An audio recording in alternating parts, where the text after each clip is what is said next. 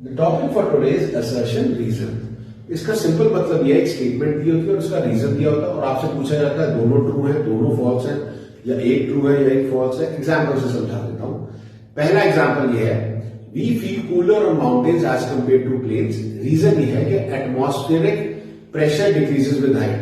बातें दोनों सही है, लेकिन हम भी जानते हैं सब कि ये सही एक्सप्लेनेशन नहीं है।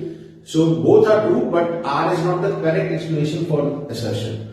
करेक्ट एक्सप्लेनेशन ये होती या रीजन ये होता that temperature decreases with height, that is the reason we feel cooler on mountains as compared to plains. दूसरा एग्जाम्पल ले लेते हैं।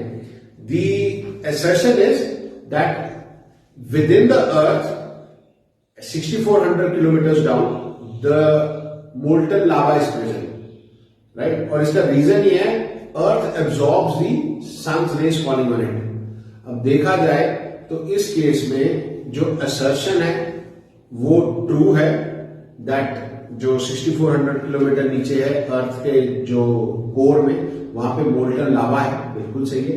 लेकिन इसका रीजन एकदम गलत है, क्योंकि earth does not absorb sunlight, it reflects the sunlight. तो एक्सप्लेनेशन तो छोड़िए, ये अपने आप में जो स्टेटमेंट जो रीजन दिया है वो ही गलत है।